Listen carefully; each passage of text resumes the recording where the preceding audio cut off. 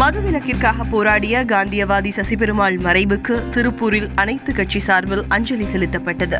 திராவிட கழகம், மதிமுக, விடுதலை சிறுத்தைகள், மனிதநேய மக்கள் கட்சி மற்றும் இந்திய மாதர் சங்கம், ஜனநாயக வாலிபர் சங்கத்தினர் ஒன்றிணைந்து சசிபெருமாள் உருவப்படத்திற்கு மலர் தூவி அஞ்சலி செலுத்தினர்.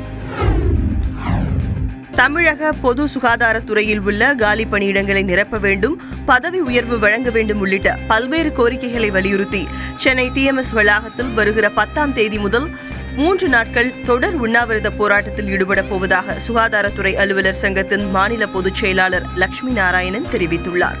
விழுப்புரத்தில் நடைபெற்ற அந்த சங்கத்தின் மாநில செயற்குழு கூட்டத்தில் இது தொடர்பாக தீர்மானம் நிறைவேற்றப்பட்டது.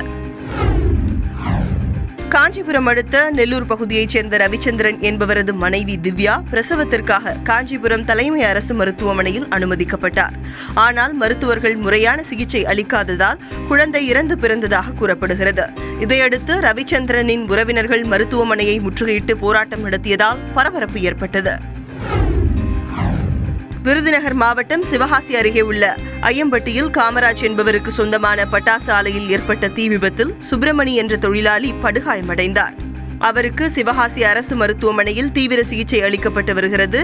DSP வெள்ளையன் தலைமையில் போலீசார் விசாரணை நடத்தி வருகின்றனர்.